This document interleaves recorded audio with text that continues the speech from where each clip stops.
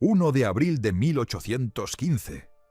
9 días antes de que Otto von Bismarck diera su primer aliento, el hombre más peligroso del mundo escapó de la prisión. Napoleón Bonaparte acababa de huir de la isla de Elba. El hombre que había conquistado la mayor parte de Europa, humillado a cada rey del continente y redibujado el mapa del mundo 2 veces, marchaba de nuevo hacia el norte con un ejército reconstituido. Los monarcas cerraban sus puertas con llave. Los generales sudaban frío. Los diplomáticos corrían de un lado a otro. Europa estaba sumida en el pánico total. Y en algún lugar de la planicie gris de la campiña prusiana, una mujer llamada Wilhelmine von Bismarck entró en trabajo de parto y dio a luz a un niño al que llamó Otto. Nadie en aquella habitación tenía la menor idea de lo que tenía ante sus ojos. Nadie podría haber predicho que aquel infante chillón haría un día que Napoleón pareciera un aficionado, que ingeniaría 3 guerras en 7 años, superaría en 1970 astucia a cada gran líder de Europa y crearía personalmente un país entero de la nada, armado únicamente de voluntad, estrategia y una aterradora disposición a hacer lo que otros hombres solo se atrevían a comentar. Que los emperadores le temerían cuando estaba en la sala y le temerían aún más cuando la abandonaba. Por ahora era solo un bebé, pero el mundo en el que nació, peligroso, roto y profundamente humillante para Prusia, era exactamente el tipo de mundo que produce hombres como Otto von Bismarck. Prusia había estado a punto de ser destruida por Napoleón. En 1806, el emperador francés había aplastado al ejército prusiano tan completamente en la batalla de Jena que básicamente entró en Berlín como quien atraviesa una puerta abierta. Tomó territorio, reescribió fronteras y redujo lo que había sido un orgulloso reino militar a un estado vasallo que existía a merced de Francia. Prusia sobrevivió, apenas. Se fue recuperando durante los años siguientes. Se unió a la coalición que finalmente venció a Napoleón en Waterloo en 1815, el mismo año en que nació Bismarck, pero el trauma de aquellos años dejó una cicatriz en el alma nacional prusiana que jamás sanó del todo. La lección era simple y brutal. La debilidad invita a la destrucción. El poder es lo único que te mantiene con vida. Bismarck absorbió esta lección desde que nació. Su padre, Karl, era un Junker, miembro de la nobleza rural prusiana, una clase de hombres que poseían tierras en el campo del este, servían en el ejército, asistían a la iglesia sin cuestionarlo y creían con toda su alma que la tradición, la disciplina y la lealtad al rey eran los 3 pilares de la vida civilizada. Su madre, Wilhelmine, era algo completamente distinto. Provenía de una familia de funcionarios ilustrados y era fría, aguda, ferozmente intelectual y ambiciosa sin límites para sus hijos, de una manera que dejaba muy poco espacio para la ternura. Otto llegó a decir que tenía el cerebro de su madre y la sangre de su padre, y que resentía a ambos. Que pudiera decir algo tan brutal sobre sus propios padres y decirlo en serio lo explica todo sobre el hogar en que creció. De joven, Bismarck era, según cualquier parámetro convencional, un desastre. Estudió Derecho en la universidad, pero pasó la mayor parte del tiempo bebiendo, apostando, acumulando deudas y batiendo en duelo. 25 de ellos, lo cual, incluso según los laxos estándares de la vida estudiantil prusiana del siglo XIX, se consideraba excesivo. Fracasó en una serie de empleos de funcionario, porque sentarse detrás de un escritorio, haciendo lo que le ordenaban, era físicamente insoportable para un hombre de su temperamento. Cuando su madre murió, En 1839 regresó a las haciendas familiares en el campo y pasó años sin hacer nada de verdadera trascendencia, cultivando la tierra, cazando, leyendo obsesivamente, pensando sin descanso y ganándose la reputación entre sus vecinos de ser el hombre brillante, salvaje y excéntrico que misteriosamente nunca había llegado a nada. Tenía poco más de 30 años. Su vida, vista desde fuera, parecía una lenta e indigna deriva hacia la irrelevancia. Dos cosas lo rescataron. La primera fue Johanna von Puttkamer, una mujer tranquila y profundamente religiosa, con quien se casó en 1847 y a quien amó con una sencillez y constancia que contrastaba totalmente con la feroz complejidad de todo lo demás que lo definía. Era la única persona ante quien su armadura caía, y él lo sabía, y le fue agradecido por ello cada día de su vida. La segunda fue la política, concretamente, un nombramiento provisional como delegado suplente en la Asamblea Prusiana de Berlín ese mismo año, donde Bismarck se puso de pie para hablar por primera vez en una cámara política, y la sala comprendió de inmediato que algo inusual acababa de cruzar la puerta. No era encantador en el sentido convencional, no adulaba, no fingía una calidez que no sentía. Decía exactamente lo que pensaba, sin adornos, apuntando al centro preciso de cualquier argumento que estuviera planteando, y lo que pensaba era casi siempre más agudo y penetrante que lo que cualquier otra persona en la sala había logrado articular. La gente lo escuchaba no porque le cayera bien, muchos le temían desde el primer discurso, sino porque ignorarle resultaba peligroso. Había encontrado su arena, y una vez que estuvo en ella, nada iba a sacarlo jamás. El mundo político en el que entró era uno de tensión creciente. En 1848 estallaron revoluciones por toda Europa. Francia, Austria, Hungría y la mayoría de los pequeños estados alemanes hirvieron con levantamientos populares. La gente común, que llevaba una generación leyendo filosofía política liberal, decidió que quería lo que había estado leyendo: constituciones, parlamentos elegidos, libertad de prensa, el derecho a tener voz en su propio gobierno.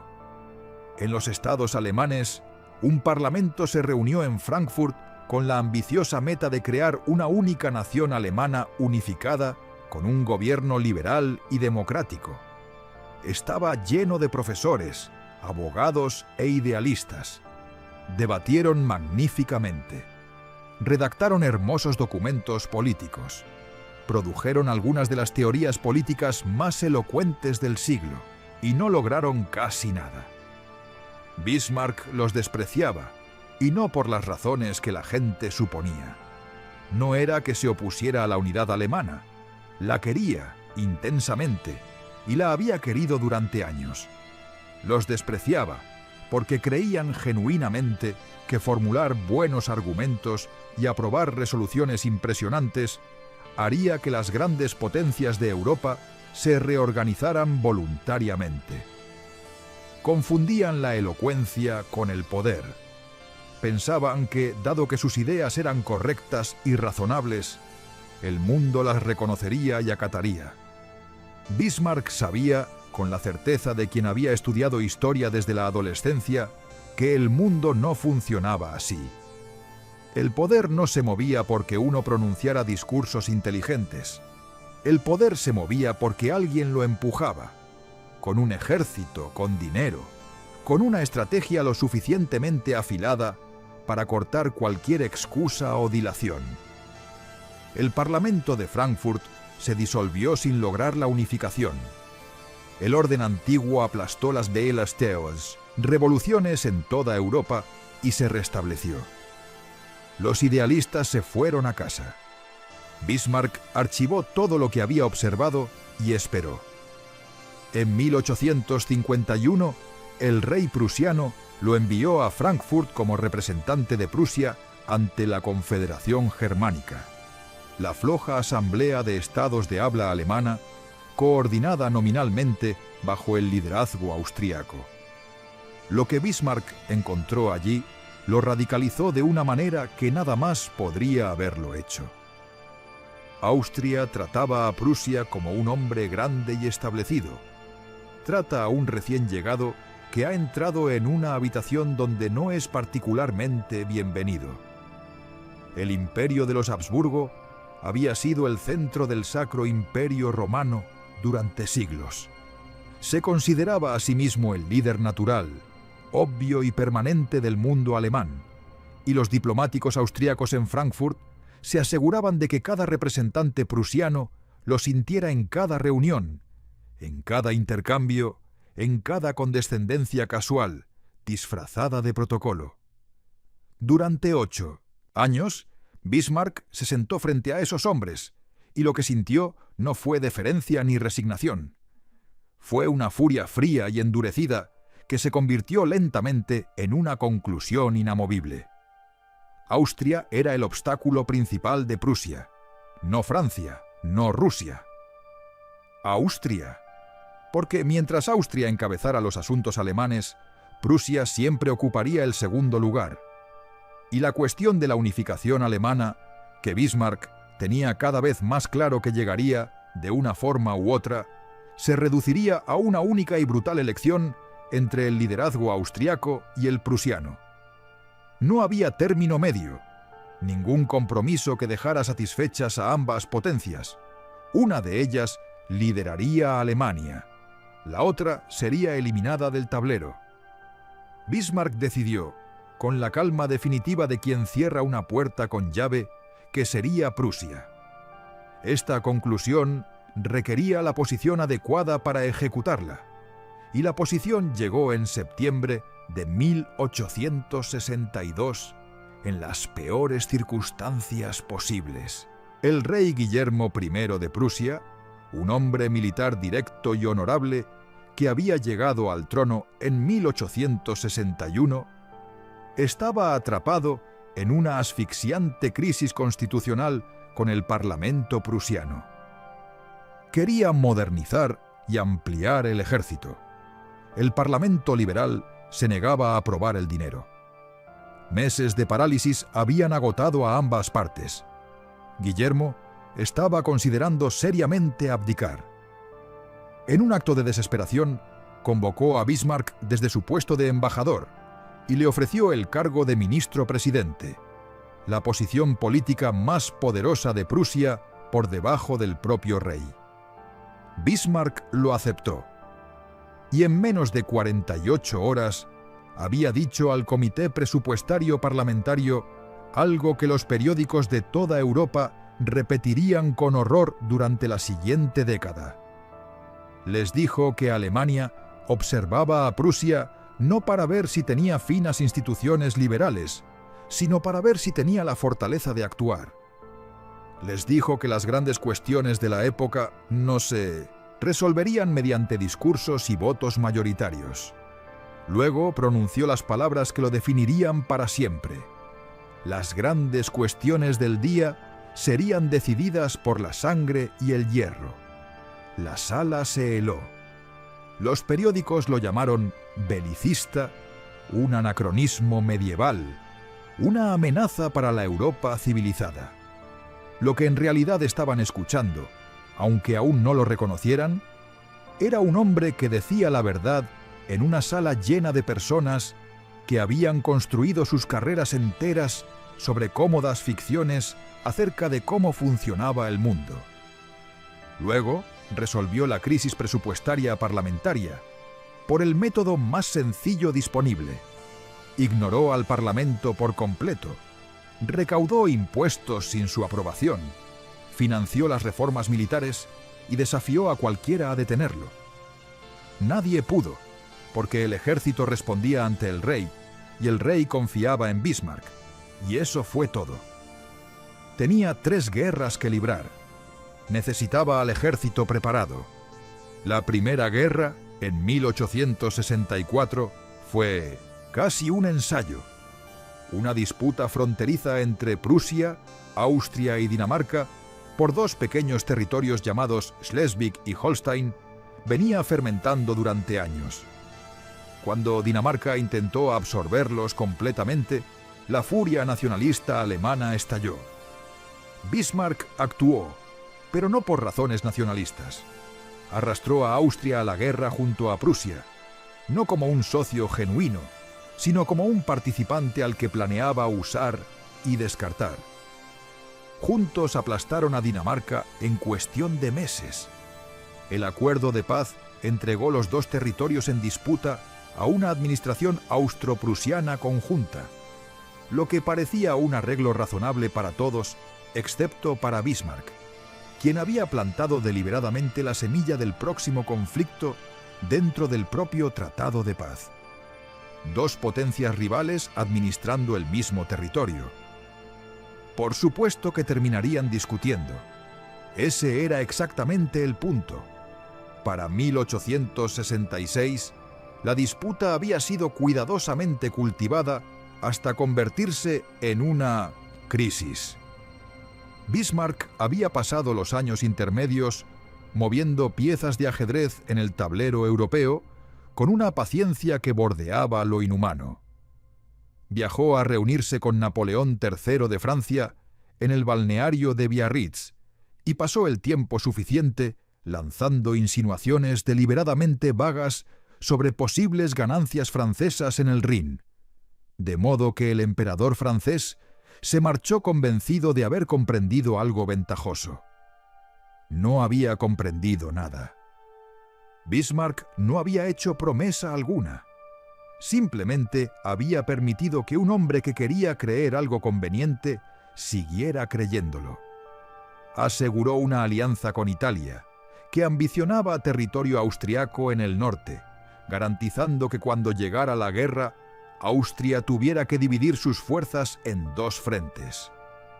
Luego escaló los argumentos sobre Schleswig y Holstein, hasta que Austria, al límite de su paciencia, apeló a la Confederación Germánica para que la apoyara contra la agresión prusiana. Bismarck declaró disuelta la Confederación y la guerra comenzó el 14 de junio de 1866. Lo que ocurrió a continuación conmocionó a todos los analistas militares de Europa. El ejército prusiano, transformado en silencio bajo el genio estratégico del general Helmut von Moltke, había adoptado un nuevo fusil de retrocarga que los soldados podían recargar tumbados en el suelo, dándoles una cadencia de fuego devastadora sobre las tropas austriacas que usaban armas más antiguas. Más importante aún, Moltke había dominado el uso de los ferrocarriles para concentrar fuerzas con una velocidad que nadie había visto antes. Las tropas prusianas llegaban donde se las necesitaba antes de que los comandantes austriacos siquiera comprendieran de dónde venía el ataque. En la batalla de Königgrätz, el 3 de julio de 1866, el ejército principal austriaco fue rodeado y destruido en un solo día. Más de 40.000 soldados austriacos resultaron muertos, heridos o capturados.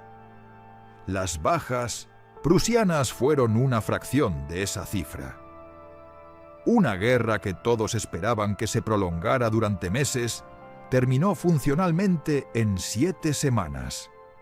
Y aquí, justo aquí, en el momento de la victoria aplastante, es donde se ve lo que verdaderamente separaba a Bismarck de cualquier otro hombre poderoso de su época. Los generales prusianos querían marchar sobre Viena. Querían un desfile triunfal por la capital austriaca, una humillación pública, el castigo máximo posible al enemigo derrotado. Incluso Guillermo I quería más territorio. Todo el establishment militar estaba embriagado por la magnitud de lo que habían logrado y quería exprimir hasta la última gota.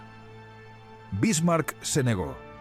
Argumentó, suplicó, amenazó con renunciar, y según se dice, llegó a llorar lágrimas reales. Y este era un hombre que casi nunca mostraba nada. Para evitar que los militares consumaran lo que él llamaba una paz de prestigio, que se sentiría gloriosa por una temporada y crearía un enemigo permanente e implacable durante una generación. Su argumento no era emocional, era estratégico y despiadado en su lógica. Una Austria completamente aplastada y humillada pasaría los próximos 20 años lamiendo sus heridas y tramando venganza, encontrando finalmente aliados poderosos contra Alemania. Pero una Austria simplemente apartada de los asuntos alemanes, excluida pero no desmembrada, derrotada pero no destruida, a la que se dejara su dignidad y la mayor parte de su territorio, podría eventualmente convertirse en un socio. No crear enemigos innecesarios, no tomar lo que no se necesita, definir el objetivo con precisión y detenerse exactamente cuando se ha logrado. Ni un paso más. La paz de Praga en agosto de 1866 fue asombrosa en su moderación. Austria perdió influencia sobre los asuntos alemanes y cedió algunos territorios, pero mantuvo su imperio esencialmente intacto. Prusia absorbió varios estados del norte de Alemania y formó la Confederación Alemana del Norte bajo su liderazgo directo. La mitad de Alemania era ya prusiana. Los estados católicos del sur, Baviera, Württemberg, Baden y otros, permanecían fuera, recelosos de la dominación prusiana protestante. Incorporarlos requería algo que ningún argumento político podía fabricar. Requería una amenaza. Bismarck no la fabricó. Organizó las condiciones y dejó que Francia la fabricara por él. En 1868, una revolución en España depuso a la reina y dejó al país en busca de un nuevo monarca. Tras considerables maniobras diplomáticas, emergió como candidato al trono español un lejano pariente de la familia real prusiana.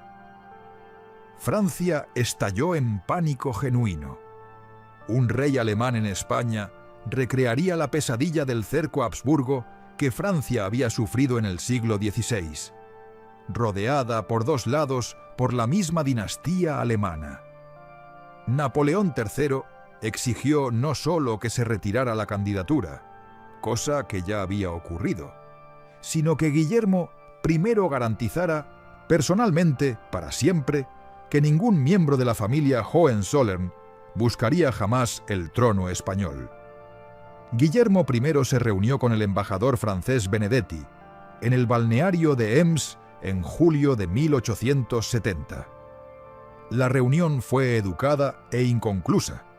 El rey declinó dar una garantía permanente, lo cual era del todo razonable, y los dos hombres se separaron sin incidentes.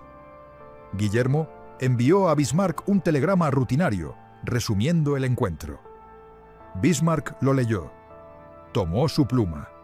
No cambió ni un solo hecho.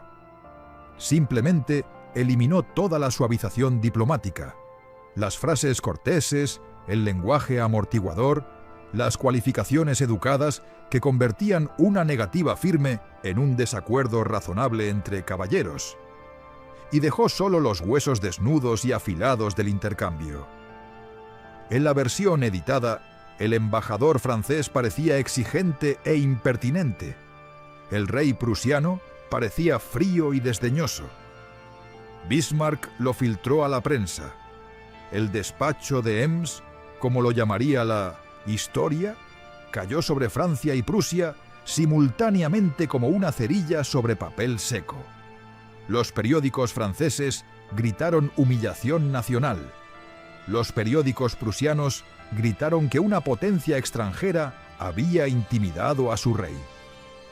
Napoleón III, ya sometido a una enorme presión interna de un público francés que quería humillar a Prusia antes de que se volviera más poderosa, declaró la guerra el 19 de julio de 1870. Bismarck no había iniciado nada.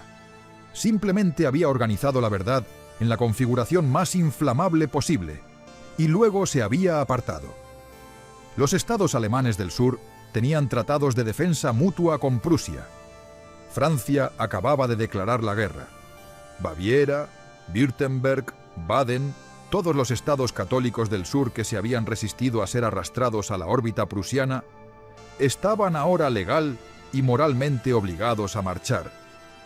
Y mientras sus soldados avanzaban hacia el norte para unirse a las fuerzas prusianas, ocurrió algo que ningún documento político había logrado jamás. Hombres que habían crecido considerándose bávaros, suavos o de Baden, comenzaron por primera vez a sentirse alemanes. Los enemigos comunes son la herramienta más poderosa para forjar una nacionalidad que existe en la historia. Y Bismarck lo había sabido desde el principio. La guerra en sí fue devastadora para Francia. En la batalla de Sedan, el 2 de septiembre de 1870, el ejército principal francés fue rodeado y obligado a rendirse. El propio Napoleón III fue hecho prisionero. Un emperador francés reinante capturado en un campo de batalla.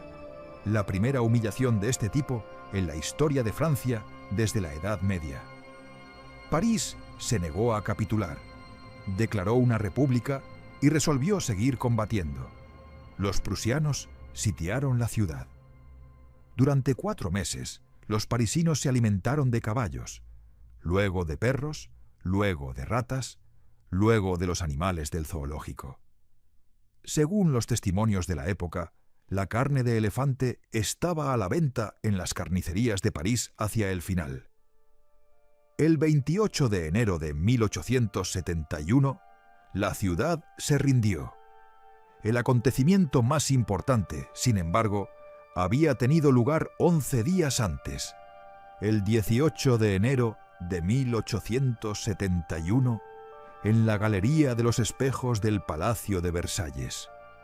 El más magnífico monumento a la grandeza real francesa jamás construido, ahora ocupado de suelo a techo por los hombres que acababan de doblegar a Francia. Guillermo I fue proclamado emperador alemán ante una asamblea de príncipes, generales y soldados. Alemania había nacido. Una nación unificada, donde durante 1000 años habían existido decenas de pequeños estados en pugna permanente. Bismarck estaba de pie al fondo del resplandeciente salón, con su uniforme blanco de general de caballería, observando. Había pasado 20 años construyendo hacia este único momento. Según la mayoría de los testimonios, parecía profundamente infeliz. No porque el momento no fuera real, sino porque la ceremonia se había desviado ligeramente de sus instrucciones precisas, y Bismarck, en el triunfo, seguía siendo Bismarck, constitucionalmente incapaz de aceptar la imperfección sin irritarse. Tenía 55 años, acababa de crear un país y estaba molesto por la puesta en escena. Ese era el hombre. Lo que siguió sorprendió a todos los que habían descartado a Bismarck como un belicista. Habiendo iniciado 3 guerras en 7 años para construir Alemania, pasó los siguientes 19 años como canciller, haciendo todo lo que estaba en su poder para evitar la siguiente. Porque comprendía algo que sus admiradores y sus enemigos por igual habían pasado por alto. La Alemania unificada que se sentaba en el centro de Europa, haciéndose cada año más rica y más poderosa, era inherentemente aterradora para todos los países vecinos. Francia la despreciaba y quería venganza. Rusia desconfiaba de ella. Austria-Hungría la observaba con cautela. Gran Bretaña la vigilaba con creciente inquietud. Si alguna combinación de estas potencias se alineara alguna vez simultáneamente contra Alemania, ningún ejército en la tierra podría salvarla. Su solución fue la red más intrincada de alianzas y acuerdos secretos en la historia de la diplomacia europea. Mantuvo a Rusia cerca mediante una serie de acuerdos que garantizaban la neutralidad rusa en caso de un ataque francés. Trajo de vuelta a Austria-Hungría del frío, firmando una alianza de defensa mutua con Viena en 1879, convirtiendo a un enemigo derrotado en un socio estructurado. Y luego, simultáneamente, mantuvo su relación de canal trasero con Rusia, firmando el Tratado de Reaseguro Secreto en 1887, que garantizaba la neutralidad rusa frente a todos. Estaba, al mismo tiempo, aliado con Austria-Hungría contra Rusia y aliado con Rusia contra todos los demás. La contradicción era real y él lo sabía. Solo podía funcionar con un único par de manos en cada hilo, una solamente sosteniendo toda la arquitectura en su memoria, conociendo exactamente cuánta tensión podía soportar cada relación. Incorporó a Italia al arreglo en 1882, creando la Triple Alianza. Fue el anfitrión del Congreso de Berlín en 1878, donde medió en el acuerdo de una peligrosa crisis balcánica y se presentó ante Europa como un mediador honesto sin ambiciones territoriales, un estadista interesado únicamente en la estabilidad. La actuación fue tan convincente que los líderes europeos que le habían visto iniciar 3 guerras en menos de una década comenzaron a tratarlo como el guardián de la paz del continente. Se había reinventado sin cambiar ni un solo aspecto fundamental de su manera de operar. Simplemente había cambiado lo que necesitaba. En casa era igualmente implacable e igualmente imposible de encasillar con nitidez. Libró una amarga batalla de varios años contra la influencia política de la Iglesia Católica en Alemania, el Kulturkampf, o lucha cultural, intentando subordinar las instituciones eclesiásticas al Estado alemán. Acabó perdiendo esa batalla, obligado a llegar a un incómodo acuerdo con el partido político católico, y odiaba perder con una intensidad que las personas a su alrededor encontraban alarmante. Volcó su energía hacia el creciente movimiento socialista, impulsando leyes en 1878 que prohibían directamente las organizaciones, reuniones y publicaciones socialistas. Estaba completamente dispuesto a proscribir los movimientos políticos que considerara amenazas para la estabilidad. Y luego hizo algo que no tenía ningún sentido ideológico, a menos que comprendieras cómo pensaba.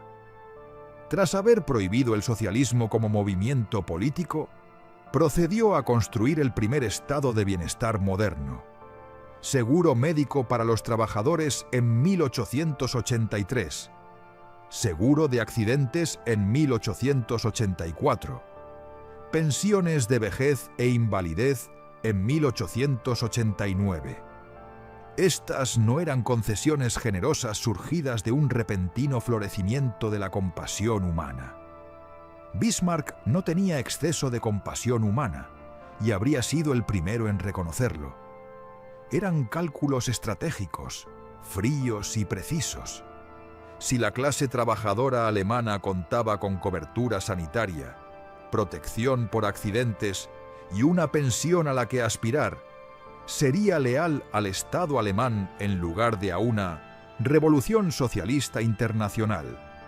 Se adelantó a la izquierda, robando sus mejores argumentos e implementándolos desde arriba, en sus propios términos, antes de que nadie pudiera usarlos en su contra. El estado de bienestar nació no del idealismo, sino de la razón de Estado, y funcionó exactamente como estaba previsto. Gobernaba como hacía todo, no desde la ideología ni el sentimiento, ni ninguna filosofía política fija, sino desde la búsqueda implacable, flexible y completamente descarnada de objetivos definidos. No tenía aliados permanentes ni enemigos permanentes. Tenía intereses permanentes, y los intereses eran siempre la estabilidad de Alemania y la dominación de Prusia dentro de ella. Todo lo demás era negociable. Entonces el tiempo se agotó. Guillermo I, el viejo rey que había confiado en Bismarck durante casi 3 décadas, que había discutido con él, sido manipulado por él, salvado por él, y que en última instancia le había otorgado una latitud que ningún otro ministro en Europa había gozado jamás. Murió en marzo de 1888 a los 90 años de edad. Su hijo Federico III, el liberal príncipe heredero que habría desafiado todo lo que Bismarck había construido, accedió al trono. Ya estaba muriendo de cáncer de garganta. Duró 99 días sin llegar a gobernar en ningún sentido real. El trono pasó al hijo de Federico, Guillermo II, de 29 años, dotado de un brazo izquierdo atrofiado, energía desbordante, vanidad en cascada y una incapacidad profunda y permanente para aceptar que alguien en el mundo pudiera entender las cosas mejor que él. Guillermo II no era un hombre estúpido, era algo más peligroso. Un hombre seguro de sí mismo con una comprensión incompleta que se rodeó de personas demasiado atemorizadas para decirle cuándo estaba equivocado. Desde el momento en que se convirtió en emperador, resintió a Bismarck. Resintió los modales dominantes del anciano. Resintió ser tratado, por hábilmente que fuera, como un figurante necesario mientras el verdadero gobierno ocurría en otro lugar. Quería gobernar, no simplemente reinar. La ruptura llegó a principios de 1890. Una serie de desacuerdos cada vez más agudos sobre política laboral, sobre cómo gestionar la oposición socialista, sobre quién tenía derecho a comunicarse directamente con otros gobiernos de los estados alemanes, culminó con Guillermo II, dejando claro que la renuncia de Bismarck sería aceptada. El 18 de marzo de 1890, 2 días antes de su 75º cumpleaños, el hombre que había construido Alemania presentó su dimisión y abandonó Berlín. Una revista británica llamada Punch publicó esa semana una caricatura que mostraba a un enorme y experimentado timonel bajando por una pequeña pasarela de un gran barco, mientras una pequeña figura con uniforme imperial lo observaba desde el puente de mando. El pie de foto decía simplemente: «El piloto abandona el barco». En menos de 2 años, Guillermo II permitió que el tratado de reaseguro secreto con Rusia caducara, el hilo crítico que había mantenido a Rusia al margen de una alianza con Francia. Rusia, alarmada y sintiéndose de repente aislada, se volvió hacia París. La alianza franco-rusa fue firmada en 1894. La pesadilla exacta que Bismarck había pasado 2 décadas previniendo, Francia y Rusia alineadas contra Alemania, se había materializado en 4 años desde su destitución, ejecutada por personas que no habían comprendido lo que estaban desmantelando hasta que ya era demasiado tarde. Bismarck pasó sus últimos años en su hacienda en el bosque de Friedrichsruh, cerca de Hamburgo, donde concedió entrevistas, escribió sus memorias, recibió visitantes que llegaban en peregrinación para verle, y observó cómo la Alemania de Guillermo II se precipitaba de un desastre diplomático a otro con la furia apenas contenida de un maestro artesano que ve a alguien destruir la obra de su vida a martillazos. Tuvo razón en casi todo lo que predijo, y tener razón no le trajo consuelo alguno. Su esposa Johanna murió en 1894. Quedó genuinamente, visiblemente destrozado. Ella había sido lo único en su vida que no requería cálculo, ni estrategia, ni armadura. Sin ella, era un anciano en un bosque con sus recuerdos, su rabia, y la certeza de que el sistema que había construido con tanta precisión estaba siendo desmontado por personas que no sabían para qué servían las piezas. Murió el 30 de julio de 1898 a los 83 años. Fue enterrado en Friedrichsruh, en un mausoleo que él mismo diseñó, declinando específicamente ser enterrado en Berlín. Incluso su lugar de descanso final fue una negativa a estar donde estaba el emperador. Alemania le erigió estatuas, cientos de ellas. La más famosa se alzaba 34 metros en Hamburgo, de granito, colosal. Bismarck con su uniforme de general, espada en mano, mirando hacia el puerto. Las ciudades pusieron su nombre a sus calles. La Marina botó un acorazado que llevaba su nombre y que se convirtió brevemente en el buque de guerra más poderoso a flote. Las estatuas capturaron lo que había hecho, pero pasaron por alto lo que había comprendido. Había unificado a Alemania, lo cual era extraordinario. Había sostenido la paz europea durante casi 2 décadas, lo cual era aún más extraordinario. Había construido el primer estado de bienestar. Había demostrado, repetidamente y con las apuestas más altas posibles, que la distancia entre la realidad política y el sentimiento político era inmensa, y que los únicos hombres que cambiaban la historia eran quienes operaban en esa brecha en lugar de fingir que no existía. Pero también había construido un sistema político que funcionaba por genialidad y no por instituciones. Había creado una Alemania lo bastante poderosa para dominar Europa, pero sin los controles internos, el auténtico poder parlamentario, ni la cultura política necesaria para gestionar esa dominación con prudencia cuando el genio desapareciera. Había gobernado de forma tan total, durante tanto tiempo, que los alemanes habían aprendido a ser gobernados, a confiar en un gran hombre en lugar de en sistemas duraderos. Y cuando el gran hombre se fue, no había ningún sistema lo bastante robusto para reemplazarle. La guerra que llegó en 1914 y destruyó el mundo que había construido no fue obra suya. La guerra aún peor que brotó de sus odios irresueltos tampoco fue obra suya. Pero ambas guerras crecieron en un suelo que sus métodos habían contribuido a preparar.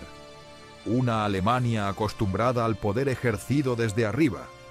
Una Europa que había sido administrada en lugar de reconciliada. Un orden continental cuya estabilidad siempre había dependido del juicio irreemplazable de un solo hombre. Otto von Bismarck sigue siendo uno de los seres humanos más trascendentales de la era moderna. No el más admirable, sentía desprecio por la admiración y habría descartado su búsqueda como una debilidad. No el más visionario, si por visión se entiende imaginar un mundo más justo o más humano. Pero sí el practicante más eficaz del poder político en bruto que produjo el siglo XIX. Miró al mundo exactamente tal como era, sin pestañear, sin romantizarlo, sin pretender que las buenas intenciones importaban más que las duras realidades, y lo doblegó a sus propósitos con una precisión que rara vez ha sido igualada. Forjó Alemania con sangre y hierro, tal como prometió que haría. La forja funcionó. Lo que se hizo en ella perduró. La pregunta que nunca pudo responder, la pregunta que le sobrevivió por un siglo de guerras catastróficas, fue ¿qué le ocurre a una nación construida enteramente en torno a la voluntad de un hombre extraordinario, el día en que ese hombre desaparece?